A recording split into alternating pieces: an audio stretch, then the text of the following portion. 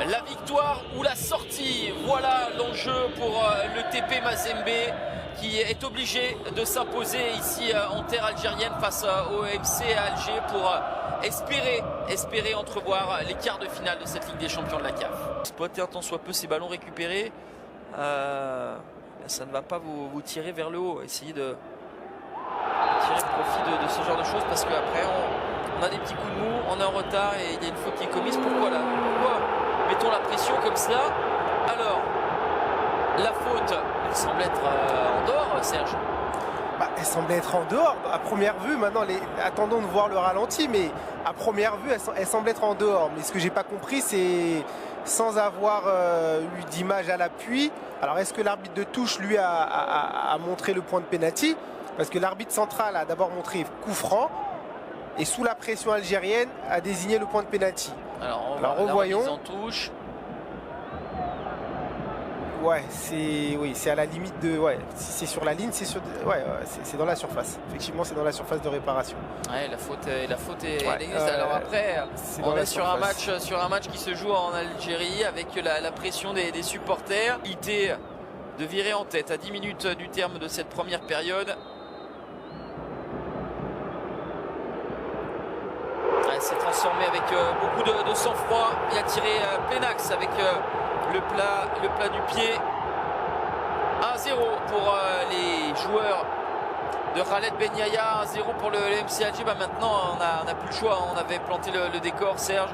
Un match nul ne suffit pas au TP. Il va falloir tout tenter, lâcher les chevaux et prendre des risques. Oui, totalement. Alors déjà, ce penalty, il est très bien tiré, très bien tiré de la part de Bourras avec beaucoup de sang-froid, mais là c'est précis, c'est puissant, c'est placé magnifiquement bien à contre-pied du gardien. Malgré toute la pression, il a su gérer ce moment. Et c'est vrai que oui, pour le TP, maintenant ça se complique. Ça se complique totalement parce qu'il va falloir redoubler d'efforts. Alors pour l'instant, on avait réussi à peu près à... C'est terminé. Courte mais précieuse victoire du Mouloudia Club d'Alger qui s'impose 1-0 face au TP Mazembe. Une victoire synonyme de qualification pour les quarts de finale pour les Algériens, synonyme d'élimination pour les Congolais. Malheureusement cette équipe du TP qui n'aura pas réussi à relever le défi tout simplement. On savait que la marche était très haute, mais il y avait des possibilités. Parfois on arrive à trouver des ressources. Alors sur l'ensemble du match, c'est vrai que le MC Alger mérite sa victoire. Mais sur la première mi-temps, notamment jusqu'au pénalty, c'est vrai que c'était assez équilibré. Mais le MC Alger a fait le boulot et s'est assuré de cette qualification de la plus belle des manières avant la dernière journée. Et ça, c'est important.